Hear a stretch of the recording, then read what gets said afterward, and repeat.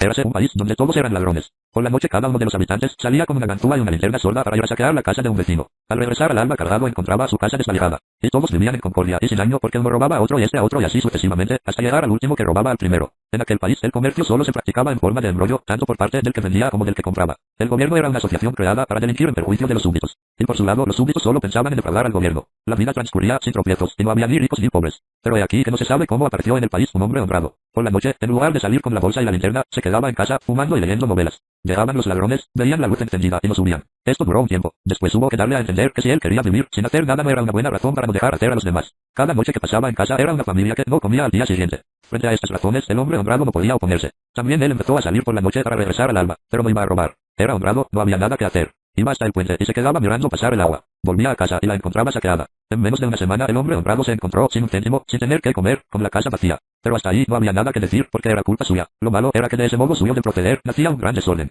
Porque él se dejaba robar todo y entre tanto no robaba a nadie. De modo que había alguien que al regresar al alba encontraba su casa intacta, la casa que él hubiera debido desvalijar. El hecho es que al cabo de un tiempo los que no eran robados llegaron a ser más ricos que los otros y no quisieron seguir robando. Y por otro lado los que iban a robar a la casa del hombre honrado la encontraban siempre vacía, de modo que se volvían pobres. Entre tanto, los que se habían vuelto ricos se acostumbraron también a ir al puente por la noche a ver correr el agua. Esto aumentó la confusión, porque hubo muchos otros que se hicieron ricos y muchos otros que se volvieron pobres. Pero los ricos vieron que, yendo de noche al puente, al cabo de un tiempo se volverían pobres, y pensaron, paguemos a los pobres para que vayan a robar por nuestra cuenta. Se firmaron contratos, se establecieron los salarios, los porcentajes. Naturalmente siempre eran ladrones y trataban de engañarse unos a otros. Pero, como suele suceder, los ricos se hacían cada vez más ricos y los pobres cada vez más pobres. Había ricos tan ricos que ya no tenían necesidad de robar o de hacer robar para seguir siendo ricos. Pero si dejaban de robar se volvían pobres porque los pobres les robaban. Entonces, pagaron a los más pobres de los pobres para depender de los otros pobres sus propias casas y así fue como instituyeron la policía y construyeron las cárceles. De esa manera, pocos años después del advenimiento del hombre honrado ya no se hablaba de robar o de ser robados, sino solo de ricos o de pobres y, sin embargo, todos seguían siendo ladrones. Honrado solo había habido aquel fulano y no tardó en morirse de hambre.